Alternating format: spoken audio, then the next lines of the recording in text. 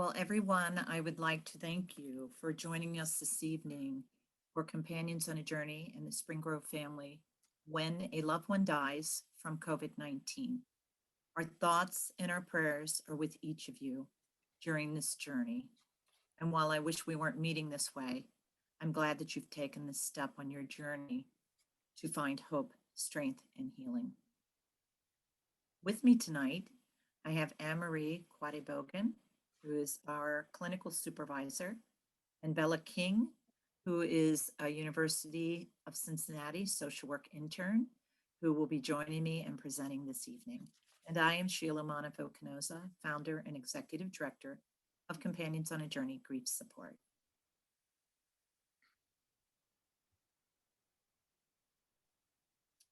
We want you to know that you're not alone.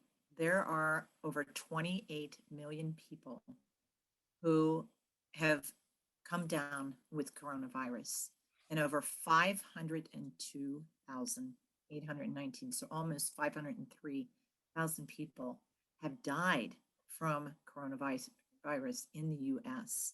And if you look at this map right here, if you scroll over like Ohio, you can see that we are one of the states with higher numbers of deaths. So your grief is your grief, but I want you to know also that you're not alone and that we're here to help you and to navigate through your grief with you. So when we think about what we are carrying right now, we are carrying so much in terms of our own grief from the loss of our loved one. But prior to our loved one passing, we were already carrying a load. So I want you to just take a minute, and I want you to just take a big, deep breath in. And I want you to close your eyes and think about everything that you have been through in the last year. Think about that weight and that load that you have been carrying for over a year now. Think about how it feels and try to just relax your body. Let's take a minute to just try to relax and take some deep breaths in. When I talk about the things that we have been through, we've been through political stress. We've been through racial tension. We have been through the constant media coming at us for the last year, telling us all of the awful things that are going on in the world. So there's a lot of collective grief going on as well. We're worried about the future. We're worried about the assumptions of what's going to happen next. We're worrying about what's going to happen today. Through all of this, we're trying to navigate the world and worrying about our own health, worrying about our loved ones. And when we think about those things, we carry that load. Our depression may be higher, increased, our anxieties may be increased, and with that, we're dealing with our own grief. So there are so many layers of grief that we're already dealing with, and now we have the grief of the loss of our loved one. I want you to try to take a breath and just think about your loved one and think about a happy place that you were or you are with your loved one right now. I want you to breathe in some goodness because you have been through so much in your life in the last year. As you navigate through this loss, and we will help you do that tonight, I want you to know that you are not alone and that we are here for you and that we are going to really give you a sense of hope and peace and some coping skills to help you through. So let's take one more deep breath in and release it. And just allow ourselves to be here and now in the present. Relax your body as much as you can so that you're able to listen and be present to what is going on right now. Survivor guilt often afflicts people who live through trauma, and COVID-19 is no exception to that. The trauma that we have been feeling all through the last year, the guilt associated with not being able to companion with our loved ones, not being able to comfort them, being available to them, and just struggling with everything that goes with not having normalcy, normal funerals, normal memorials. Nothing has been normal. And so we are traumatized by everything that we have been through in the last year. And we carry with us now the guilt of what we couldn't do, even though it was to no fault of our own. What I'd like you to do right now is to have some self-compassion when you're struggling with your feelings of guilt. Oftentimes, the way we assert control over random situations, sometimes experience guilt, is easier than experiencing the grief. To feel guilty, to process through guilt, to process through what was in our control versus what was not in our control is easier than feeling the pain of the grief. So what might the guilt be masking? Shame. Shame that we, as partners, as companions, as children, were not able to do everything that we could possibly do. I challenge you now to think about how you could have done anything differently. Given the parameters of what was going on with COVID-19, what is it that you could have done differently? There are so many pieces that were out of your control. And we're going to talk about that. We're going to talk about what was not in your control at that time. Oftentimes, survivors' guilt reflects the past and your memories of the past and your relationships in the past. So I would encourage you now to be present to what you did do for your loved one during that time, how you were able to companion with them in the parameters that were set upon us. There's only so much that you were able to do, and I am sure that you did everything that you could to be with your loved one and to help them through. Well, and I think also too, Anne-Marie, we look at too some of the guilt that we might be masking, because I think in this world there are so many, we feel shameful. The shame that, we might have acquired COVID-19, and we may have had mild to severe symptoms, and we know that it was highly contagious. But I think we have that grief of, and that guilt or that shame that we're afraid to share with others, that our family has had coronavirus. And I think it's very important, again, that we look at those numbers that we looked at in the very beginning, to know that this is a highly contagious, even with getting the vaccines, we don't know if the vaccines are going to be the total cure to this. So I think it's so important for us to maybe look at some of the things that might have triggered some different things, and again, like you said, when we become present to the present moment, it really does help us to be able to honor our grief and to share our grief and to live our grief, because we have to grieve. Yeah, Sheila, and when I look at the process of the identification of COVID-19 and then medically how it was dealt with, it has been a process, a learning process in terms of ventilators and then not using ventilators, and how to use the CPAP machines. And I think we made decisions based on what we knew at the time, that we did the best that we could based on the information we had at that time in our lives. Definitely, definitely. And I think people are going around, I've talked to a lot of different people that their loved ones died from the coronavirus, that they may have passed the virus on too, not meaning to, not knowing, not even having any symptoms, and that guilt that they carry with this. And I think it's important to be able to talk about that. Yes. Guilt. I think it's so important. Mm-hmm. When we think about exercising self-compassion, we need to have some sort of strategies in place to kind of redirect that guilt into a more positive and constructive energy.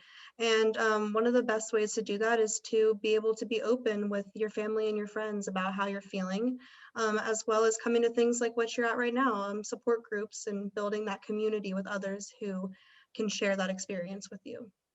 So another thing is to spend time each day kind of acknowledging what you're grateful for. I think doing that at the end of the day kind of helps prime our brain with the things that we do have and the things that we might take for granted.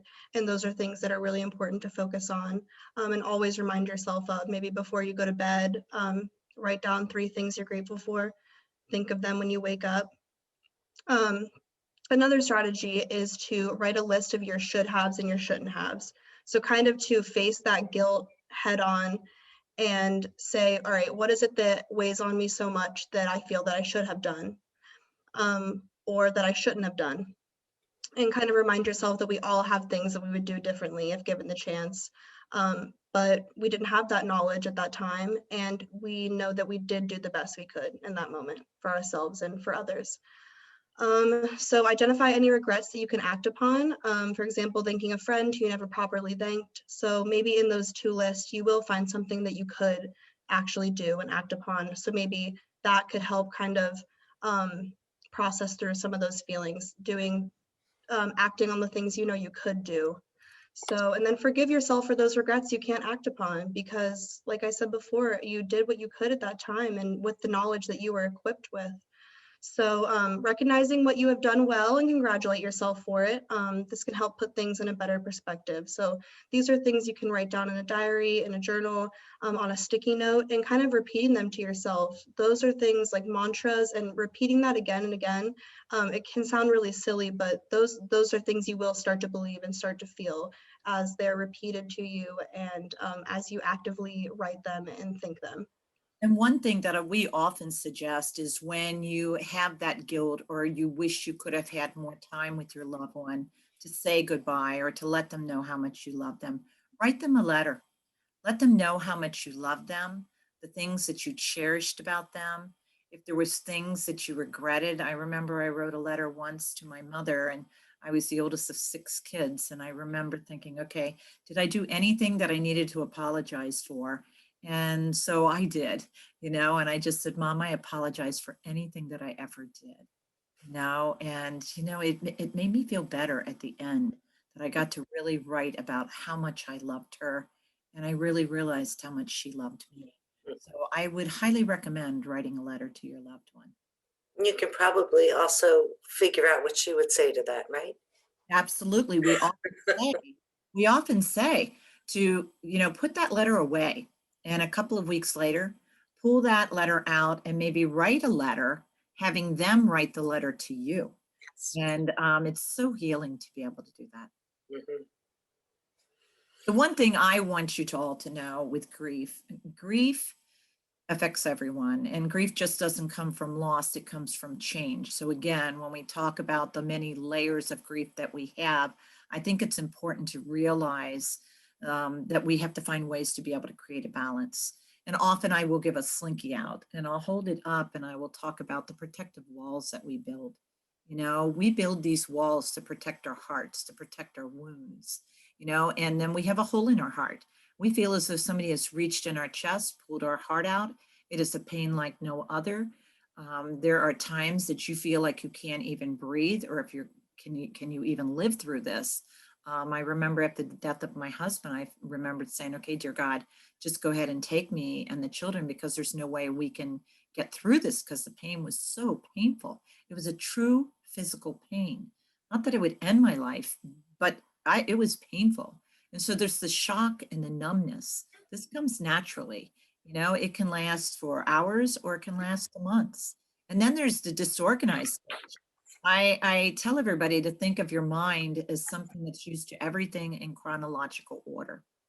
And when someone we love dies, and when it's unexpected, and when it's surrounds trauma, COVID-19, think of your brain as being short circuit, and when it's short circuits, it's not going to be able to think right. It can be confused. It can be lost. It can be hard to complete tasks. And the simple task may seem very difficult. And so what might be easy for one person might been extremely difficult for you. So for you to maybe go outside to your mailbox, might be a difficult task. But if you go out and do that, pat yourself on the back. To get out of bed every day can be a difficult task. I always tell people, get up, to put your 2 feet on the floor, take a deep breath, breathe in God's grace, and then go brush your teeth, take a shower, make your bed, because all these things help put order into your life, and when we're grieving, we really do need structure and order. And when you make your bed, at the end of the day, no matter how chaotic your day may have been, you will have order and you will have something that has been prepared for you. And it truly does feel well. We have the protest and denial phase. I think we feel like it's a bad dream or we're watching a movie. That protest and denial can be also some of the guilt, the shame, and everything that we have. It's trying to mess with us. Your brain is your greatest source of strength or your greatest obstacles. And so when I sometimes will have my brain battling back and forth, I go, stop it, and think about, just take a deep breath, think about one moment at a time. And then you go through that reorganizational stage. It comes when you're trying to search for new meaning in your life. Who are you and what are you supposed to be now that everything has changed? This is a time when you ask yourself that, and what makes you happy and what is your purpose? Each of you, it is a choice. You can either get better or you can become bitter. For me, after the death of my husband, I wanted to become present to the present moment. I wanted to become pure of heart, and I wanted to give back. I wanted purpose and meaning, which is how I began Companions on a Journey. So I want you to just think about this. The impact of the death is important to acknowledge. Grief takes time, and no two people grieve the same. Grief can leave us dazed and confused and numb. A death can leave our minds disconnected and scrambling to connect. I'm sure many of you can identify with that. And the spiral of grief comes in no order. Lots of feelings and emotions come out of here. And it's important to allow ourselves to slow down, to find hope, to find strength, to find healing, to name the people, the places, and things that bring you up. You're going to spiral out of control. You're going to have ups and downs. Most of the time, you're going to spring back up. But when you don't, just remember those people that have helped you, the places and things. You might be surprised. Sometimes it's perfect strangers that end up being your greatest source of strength. So I think it's very important. And with each death, the pain varies in many different factors between your relationship, your friendship, your family dynamics, their personalities. So with every death, there is a different type of grief. And when you have COVID-19 playing in the factor of death, there are so many different feelings and emotions that come, but these are all normal. So when we think about the constant reminders and we think about our locus of control, there are so many parts to this virus that are out of our control. When we look at the outside world, there are so many external controls. We have to try to gain some internal controls to help us to navigate through this. One of the ways that we react is we may not feel like we can control anything. We may not feel like the medical field is just, it's constantly changing, that the world is constantly changing, that the parameters in which we live are constantly changing. And those things are all very true. That is our reality right now, is there are consistent changes all the time. So what we then have to try to do is to try to figure out what is in our control and to just relish in those things. Relish in the fact that you can spend time doing positive things for you. You can take that 15 minutes a day and just do some mindfulness or some quiet time. If you have to schedule that time in, then do it. I know for myself, I have a very busy schedule. And so scheduling, from 5 to 5:15 today, I'm going to breathe. I'm just going to sit there and I'm going to think and I'm going to breathe and just allow my body to relax. And through the day, I don't realize how tense I really am. And then I sit there and I start to breathe and relax my body. My head becomes clearer. My ability to focus has changed. I'm maybe not focusing on my guilt or my pain so much. I'm focusing on my body and me, because we have to take care of ourselves still. In the midst of our grief, it's important that we allow ourselves to continue to take care of ourselves, to acknowledge our feelings, to allow ourselves to feel them, but to relax ourselves and to be present to what we need also. I think that we spend a lot of time beating ourselves up during all of this. We have spent a lot of time shaming ourselves for not knowing things that we couldn't possibly know, for possibly contracting corona and bringing it into our homes, or not being able to be there as soon as we felt we should have been there for our loved ones. This virus had so many unknowns that we were all so out of control in so many respects. We're being controlled. Now it's time to take that back and to just love ourselves and process through our grief, but in an honest way, to not beat ourselves up, to allow ourselves to feel our grief without the shame and without the guilt.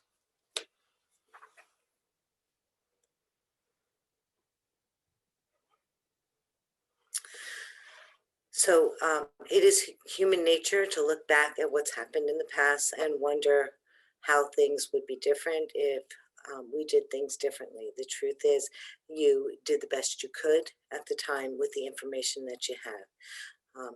You have to forgive yourself and give yourself compassion and know that all of your intentions were good all of the time. You have you spent hours explaining to someone that they should see things which way, has it ever worked for you when you focus on external things versus internal things? Focus on yourself and what you think about you. All that you have experienced, the difficulty of worrying about a friend, especially when a friend is going through something difficult. The people say things that aren't always helpful, and we have to forgive them for what they say to us and how they say it, and know that they really are trying to help. When people say things like, COVID is a conspiracy, we can't take that on. We can't allow ourselves to get angry about that, because it's not something that we have control over. It's not something that we can change. We have to just move past it and just, admit that they are naive or whatever, however you want to put that in perspective. But I think that we can't get bottled down in what other people say and think and feel. It's about us right now, and it's about us healing. And so we really need to focus on us. But I think it's a real thing, when you're grieving someone, people are going to say sometimes the cruelest things, or say the things that are least helpful for us, and one of them, like saying, did they have a secondary condition? It doesn't matter whether or not they had a secondary condition. Your loved one has died, but there are going to be things that people are going to say. And I want you to remember, sometimes people have no idea what they're saying, and it does aggravate you, when you hear people saying, COVID's a conspiracy, or, I believe it's real.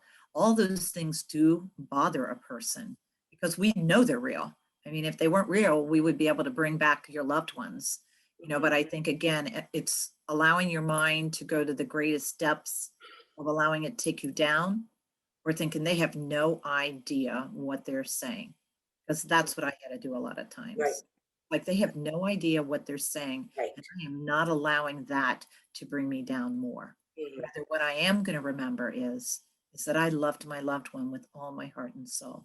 And if I could have taken that away from them, then I would have. So you're changing that locus of control to where it spirals down, but then you got to find a way to help bring you back up. But you do have to name it and claim it. I think that's very important. Creating a balance with our grief, it's so unique.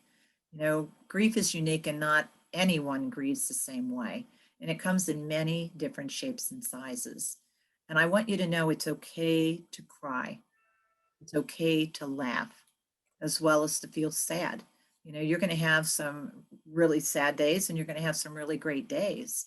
And you're going to have days that it's just okay. All of these are okay. Really, even, when we think about the holidays and everything that's coming up, change of seasons, that's all going to play on our grief. There's going to be moments where we miss our loved ones more. So I want you to know that grief takes time, and we may step forward and we may step backward on the journey. All these grief, when it comes, these emotions, none of them come in any order. They come and go when you least expect it. You could be going down at the grocery store, going down an aisle, and suddenly you see their favorite cereal and you have a flood of emotions that come. And if they come, it's okay to cry. I just want you to know that they're going to come. It's going to be sneak attacks, grief outbursts. Grief affects our minds and our feelings. We are missing our loved ones. We feel disconnected. We feel scrambled. It's like I said before, it's hard to remember and to focus at home, at work, at school, and even with friends and family. And I think it's important to be able to say that to people. You're not going crazy. I remember getting in a car and I was driving to go somewhere and I kept thinking, when is 675 going to come up? And I'm like, weird, this is ridiculous. And I ended up in Sydney, Ohio, which was about 30 or 40 minutes beyond where I needed to go. But my mind was scrambled. It was disconnected. I'm so glad I realized Sydney. I had to have comic relief to my grief. I had to create a new normal, because our grief is never going to go away. It's ongoing. It will get easier with time, but it's different for everyone, and again, there's going to be days where you're going to feel more normal, your heart is going to heal. But I can tell you this, there's a hole that takes place, in your heart, and you miss them tremendously. Nobody's going to fill that hole. Nobody can replace your loved one. But what I didn't realize on my grief journey is that hole's going to stay there, but my heart's going to continue to grow. As I gave myself permission to take one step at a time, to invest into life, to discover what was important for me, I created my new normal. So remember, it's like a slinky, never perfectly balanced, and that is okay. I think for us to know that we're not going to be perfectly balanced in life, not only just with death, but life in general, and with this COVID, that this is okay, because I think a lot of times we think we have to have it all together. And that is when we turn to alcohol and drugs and risky behaviors. And I just want you to know that, when you're going through these things, say, okay, this is normal. What do I need to do to take the first step? Take that deep breath. So for some calming strategies to kind of utilize when you're facing these fears, pray. If you don't have it in you to pray, know that others are praying for you, and that you can take time to kind of just sit with yourself, be mindful. I think mindfulness and meditation can go a lot hand in hand with prayer sometimes. Just taking that time to be quiet with your thoughts and just kind of observe. So limit time with social media and news. As we know, it's everywhere, seeing these kind of things that are potentially triggers, but also just add to the weight of so many other things. If you feel like it's taking over, it's okay to limit that time and to not be on social media and whatnot. There's also breathing techniques. There's box breathing, which is breathing in for 4, holding for 4, and then out for 4.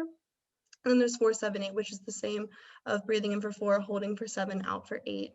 And then Sheila has a good technique that we like to do with the kids in groups of breathing in love and grace. And there's something else too, but I can't remember. So another thing is to label it. So simply saying out loud, I feel anxious or I feel scared, it may take power away from the emotion. So sometimes like putting something out there and just kind of acknowledging that that's what you're thinking and feeling does take power away from that feeling. And it kind of gives you the power of, okay, I feel this, I acknowledged it, and I'm aware and I'm going to deal with it. It's also challenging it, like, is this likely to happen? Is this a rational thought? And a lot of the times it isn't. So that's important to think of, as well as relaxing your body, kind of progressive muscle relaxation, which you can do by like laying down and kind of just slowly feeling from your feet and all the way to the top of your head, just slowly relaxing each part of your body. And doing that really kind of calms our entire body as well as our mind. And then something else people do is they have a centering object, which could be any sort of object. It could be a stress ball, like a necklace, a stone, and kind of tell yourself when you feel scared or anxious that you're going to touch that object. And this kind of gives like anxiety, fear, stress, kind of a physical place to go so that you can hold that and kind of allow yourself to feel those feelings and then move forward with it. So, and then there's pressure points that we have to calm anxiety. I know there's one between the eyebrows and there's one on your shoulders, like pushing down on your shoulders, and those things can help to kind of calm our mental state as well. I would also add that crying is really a very good calming strategy, that, you know, to during that time where you're going to give yourself that 15 or 20 minutes, make that your time where I'm just going to have a really good cry. You know, sometimes we feel very unpredictable with our tears, and it's okay when we cry. We can get up, go to the ladies' room, you know, and allow our tears to flow. They are healing, even though it's hard to, you know, be sitting in a meeting and to start to cry. You can get up and excuse yourself. People understand that you're grieving. Go to the ladies' room, have your cry, come back, and feel the release of that pain. If you can hold out to that time that you've given yourself during the day, sometimes just knowing I have that time scheduled to do this will allow you to get through a day a little easier as well. Sometimes you might take, and when you're breaking down your day, if you're going back to work, you might have a task and say, okay, for the next hour, I'm going to work on this project. And then I'm going to set the alarm on my phone, and then I'm going to give myself that break, and I'm going to go outside. I'm going to breathe in fresh air, or I might fall apart and cry, you know, or I might have a moment of just not doing anything.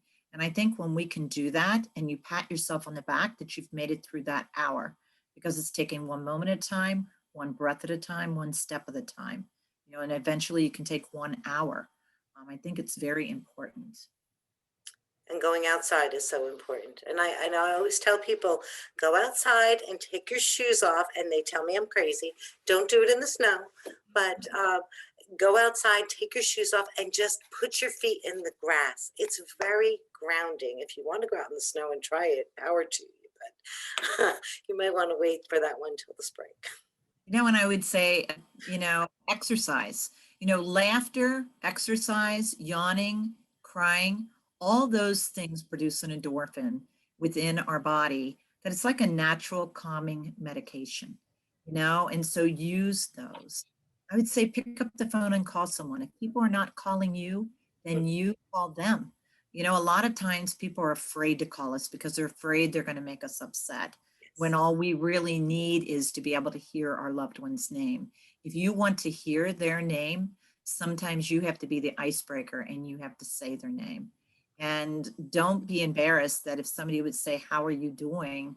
You know, in our minds, we're thinking, well, how do they think I'm doing? You know, I'm falling apart. But I'll never forget, a cousin of mine said, Sheila, how are you doing after my husband's death? And I said, I'm fine. Typical answer, you know, and then she goes, no, how are you really doing? And with that second time that she asked me, I fell apart. I cried. And, you know, and she said, oh, I didn't mean to make you cry. And I said, no, they were tears that needed to fall. Thank you for being there and allowing me to cry. And I hope you'll let me do that again. And she did the same thing after my mother died and asked the question twice. And I said, I love you. You know, it's important for that. And I think too, it's important to either attend a group or start a group chat with people who have common interests. You might need to break away from the grief. You know, you might find a group that's spiritual, or you might find a group that loves a certain music, or you might find a group that walks, or a group that just chats. There are many different sites on Facebook and groups and support groups that are there for you as well. But it doesn't all have to be grief support. It can also be things that you love. Mhm. Now, we have a lot of friends for a lot of different reasons. Some of our friends are there to support us. Some of our friends are there just to enjoy the happy times. Some of our friends are there to hold us and allow us to cry and just be.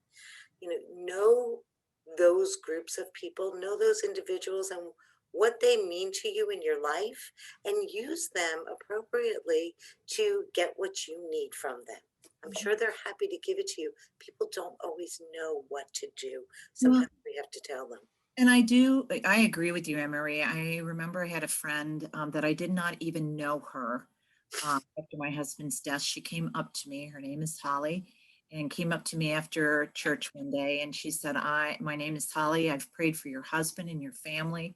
And she said, I just want to let you know that I'm here for you and want to see if you want to join a Bible study. And in my head, I thought, oh my gosh, I cannot quote scriptures. Although I did know, ask and you shall receive, seek and you shall find, knock and the door and be open. And I was banging for the door to be open. And when she came along and asked me, we went to Bible study. Then she invited me to lunch. And then the following day she called and said, hey, this is Holly. I just wanted to see if you wanted to go out and play. And I'm like, oh my gosh, I needed somebody, but she's weird because she wants to go play. And I remember asking her, what do you mean by play? And she said, I'm here to walk this journey with you. We can go get a cup of coffee. We can go for a walk. We can get our nails done, go for lunch. I am going to walk this journey with you. And she still is walking that journey with me 27 years later. So you never know. Don't turn down an invitation, I say. And if you can't go, then say, right now I'm just not feeling up to it, but will you please ask me again? Because I probably really will need to get out the next time that you do. So some ways to memorialize and honor your loved ones. So for some of you, I'm sure there was a lot of times where you were probably unable to kind of celebrate your loved one and remember them because of all of this that's going on. And these are some different ways that you can kind of do that on your own and with others. So just writing a note, like Sheila said earlier, that can be really powerful and just to kind of get a lot of your feelings out.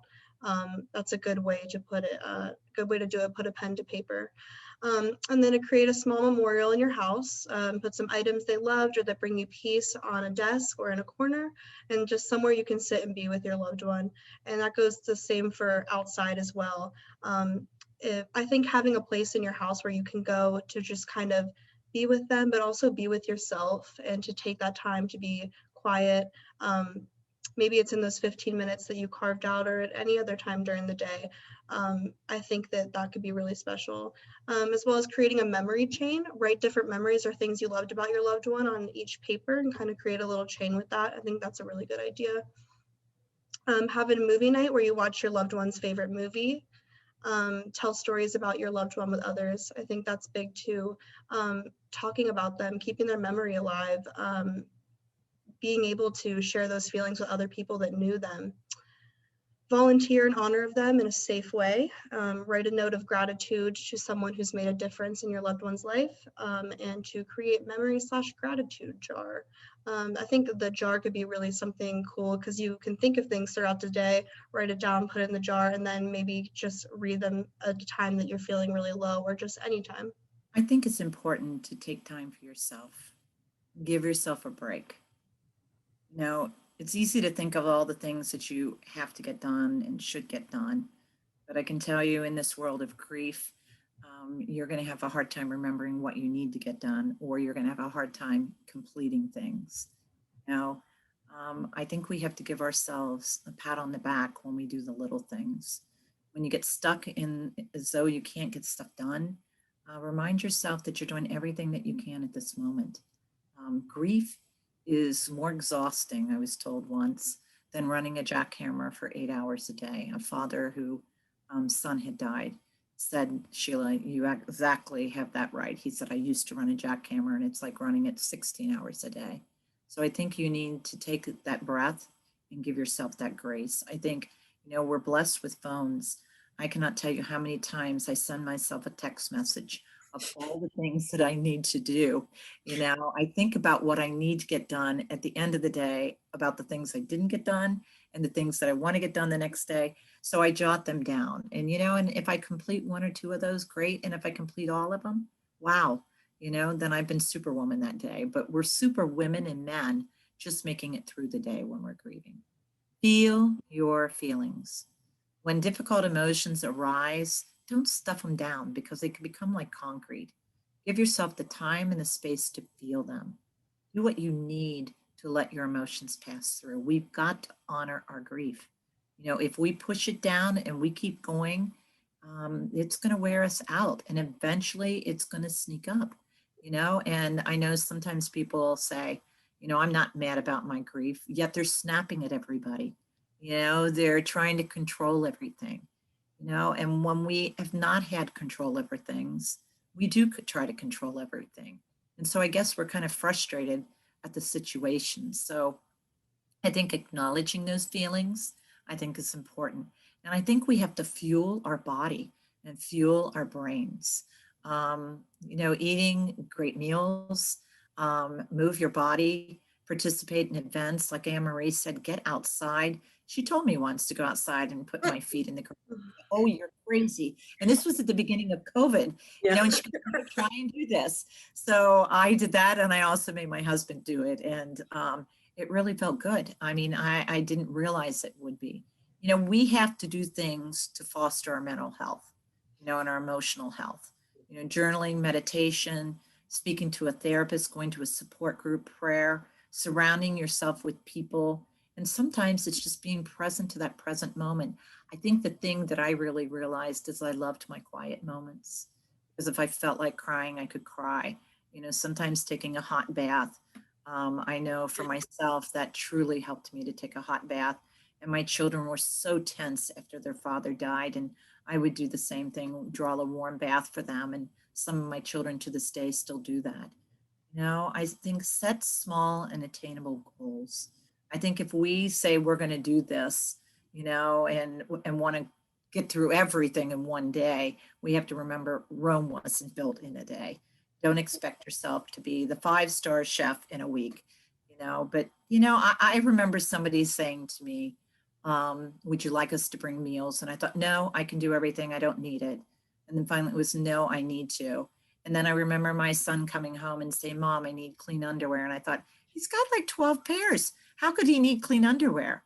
And then I thought, well, when did I do the wash last? I could not remember that, so I had to set goals and I had to write those down, so, it's trying to do things. And as a family, sometimes right now with COVID, we're not able to be with all of our family, but, it's do the Zoom meetings, the chat meetings. And again, if somebody wants to bring you a meal, great. But we also have the Uber Eats, so if you don't feel like cooking, then order something in and eat part of it one night and then another part the other night. Just set small tasks that are attainable for you to reach. Because no matter what you do, I want you to know that you're not failing yourself. Rather, you're walking this journey with yourself. At Companions on a Journey, we are here for you. We offer many different support groups. And on March I believe it's the 23rd, it will be our first support group for those who have suffered a loved one's death because of COVID-19. We know that this is a group that you truly need. It's going to meet once a month. And then we also have other grief-specific groups, such as widowed groups, bereaved parent groups, Hope and Healing After Suicide. We have Mending Hearts for grieving children and their families, because we do believe that a family that grieves together heals together. And we have various topic nights, which we have right now. And what I want you to do right now, when Bella was talking about, just an activity that you did, while nobody's seeing each other, I want you just to put your 2 hands over your heart. And I want you to think of this was an injury of the body, mind, and spirit, but it was an injury of your soul. This grief affected the very core of your being. And you are the one that can hold your heart as it grieves better than anybody else. So I want you to take a deep breath in through your nostrils. Hold it. Exhale out slowly through your mouth. Breathe in. And exhale out. I want you to breathe in God's grace.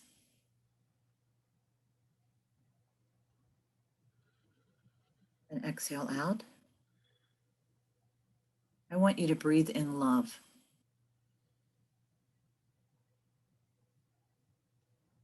And exhale out.